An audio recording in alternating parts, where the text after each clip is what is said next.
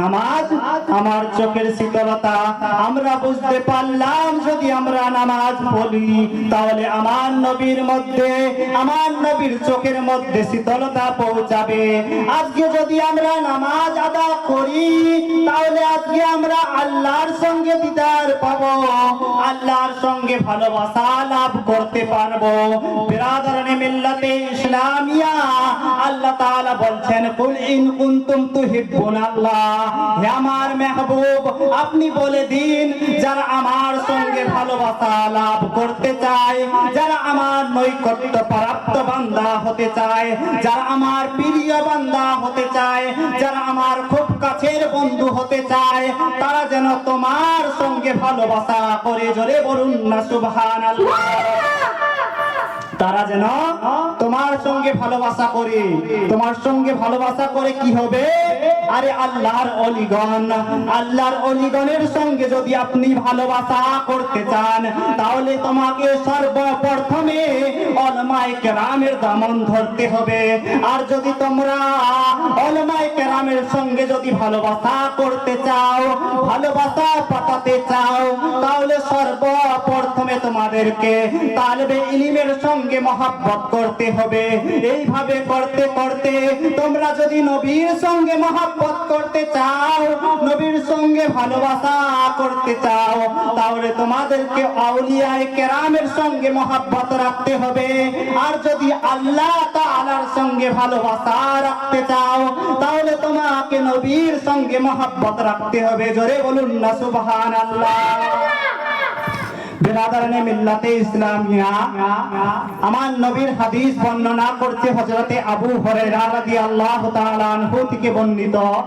তিনি বলেন যে যেই ব্যক্তি নিজের মা বাপ, নিজের ভাই বোন, নিজের আত্মীয় স্বজন, নিজের গ্রাম প্রতিবেশীকে সব থেকে বেশি আমার নবীকে ভালোবাসবে, সে হচ্ছে একজন পরিপূর্ণ আল্লাহর বান্দা। জোরে বলুন না সুবহানাল্লাহ। সে একজন পরিপূর্ণ আল্লাহর বান্দা। আরে আহলে সুন্নাত ওয়াল জামাত কাকে বলে আসুন আপনাদেরকে বলে দিই।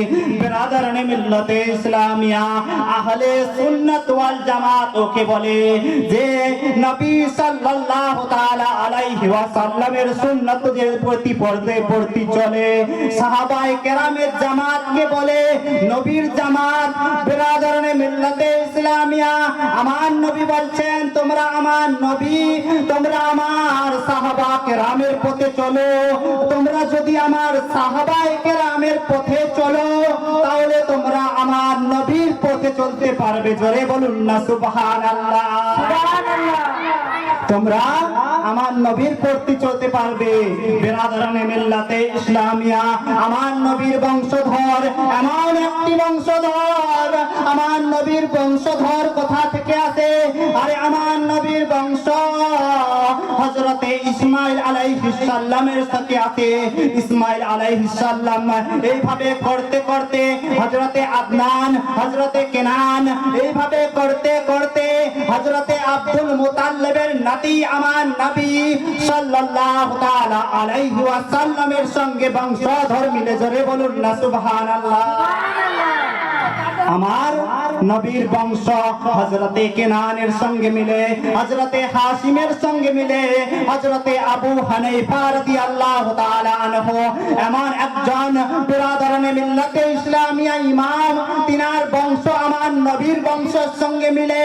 আরে যত আউলিয়ায়ে কেরামগণ আছেন সমস্ত আউলিয়ায়ে কেরামের বংশ আমার নবীর সঙ্গে মিলে।